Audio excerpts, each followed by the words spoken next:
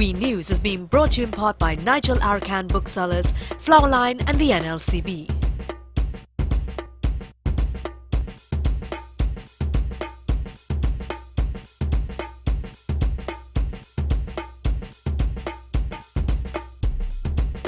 Good night and welcome to We News on Gayali Channel. I'm your host, Jomo Williams. Well, the global recession is hitting all sectors of the society quite hard. And in Jamaica, recent statements made by Executive Director of the Student Loan Bureau, Lenise Barnett, has many Jamaicans concerned that government subsidies for tertiary education could decrease in an attempt to bolster the nation's economy.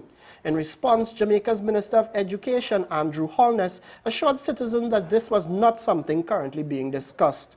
We News spoke with Javon Neal, the current president of the Students' Guild at UWI Mona campus, to get a sense of how students were reacting to the report and whether or not the minister's assurances had quelled their fears. The news last night has created shockwaves, not only here on campus, but it's creating shockwaves across the island and I'm certain across the region. As it is right now, the Minister of Education, as far as I've heard up to about 12 o'clock today, has denied that statement is a fact and has said that no immediate cut would happen or no immediate drastic cuts would happen in terms of the subsidy to students, but instead it would be a gradual process, and this is the commitment that he had made to the student government in April when we met. So at this point we're really looking to see what will come of this, and I'm hoping that Mrs. Lenise Barnett, who made the disclosure yesterday, will provide some clarity as to where that information was provided to her, so we can then know for a fact whether or not we should brace for such cuts.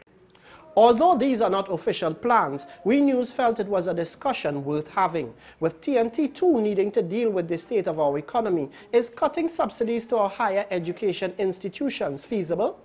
One of the pioneers of the University of the West Indies, Dr. Bo Tiwari, spoke to us about the importance of tertiary education to the state. You probably have about 32,000 students involved in publicly funded tertiary in the country. But through GATE, private sector institutions are also funded. Education has to be a major priority for any country, because there is no way that a country can be competitive in a knowledge economy without large numbers of people being educated at the tertiary level. So education would always be a number one priority, and it's not the thing that you would want to cut. Dr. Tiwari, however, admitted that the state should not be the sole financier for tertiary education. There is an issue of the financing of education all over the world, and countries are becoming more and more challenged. This government is on record as having said not only that they would continue to support GATE, but that they would expand it to include technical vocational. And it is possible, with the right kind of prioritization, to keep that promise and commitment. My own feeling is that as we go along that track, we are going to have to think about how we finance a system of, not only in Trinidad and Tobago, but in the entire region. And as we expand the education system, we need to appreciate the state cannot be the single and sole source of the provision of finance for education in the system. If you don't have the throughput from higher education in large numbers, it limits your capacity to develop at a rapid rate and to get involved in competitive industries. Yet at the same time, it costs money in order to create that. Our own Jomo Williams too had an opinion on the topic of tertiary education and its funding. Imagine you're a business owner and two gentlemen are before you applying for a job. Both seem to be well qualified for the post, but one has a degree from the University of the West Indies and the other from the London Institute of Business. Who would you hire? I'm sure most of you are saying the person with the degree from LIB, and that's understandable. See, we here in the Caribbean put more stake in what is done in North America and Europe than what is done right here in the Caribbean. While in truth and in fact, most of the courses offered in the Caribbean are either on par or surpass their counterparts in foreign countries in most ways. Most ways, that is, except one major one: price. While colleges and universities the world over have been struggling to make themselves more competitive, it seems that students attending University of the West Indies Mona campus in Jamaica may be looking at an upcoming raise in their costs.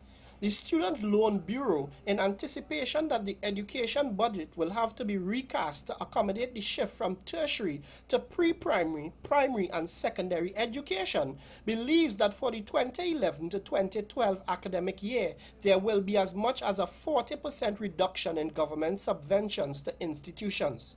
Tertiary students seeking loans to finance their education in the 2012 academic year are staring at a 100% increase in tuition costs, as it is projected that the existing economic conditions will force the government to reduce its 80% contribution to 60%.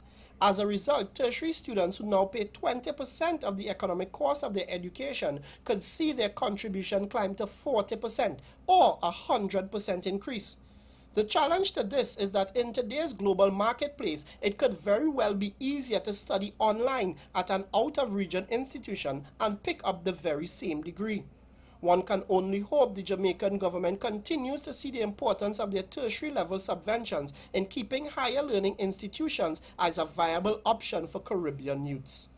This is Jomo Williams for WE News. We go back to Jamaica now, where young women who got pregnant during their school term have gotten a special school where they can finish their studies. 28-year-old Antoinette Sykes is a successful young woman. She owns her own home in this new development, Caribbean Estates. Antoinette works as a secretary at the Women's Center of Jamaica Foundation, WCJF, a government initiative. She is also a graduate of the center. But life for Antoinette wasn't always easy. She got pregnant when she was 15. Still in high school, it wasn't good news. Everything will be set back for me in my future. I was just having that negative thought. In the Caribbean country of Jamaica, a girl is barred from going to school if she gets pregnant. Antoinette had no choice. Desperate to finish her education, she turned to the Women's Center for help. The Women's Center really played a role for me. They teach us about our child care, how to take care of our babies, how to take care of ourselves when we go to school, and basically just how to be a better mom for our child.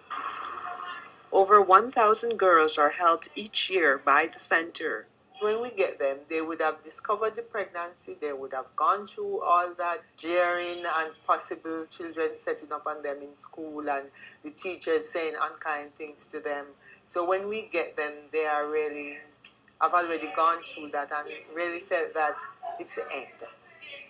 The center offers hope for the girls and gives them a chance to finish high school. Antoinette shares her story with young teens who are new to the program. Her story motivates them and raises their self-esteem.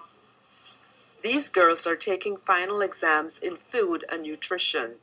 If it weren't for their pregnancies, they would be taking the test in high school. We're taking a break now, but when we get back, Tobago's brain coral makes it to the list of the world's oldest organisms.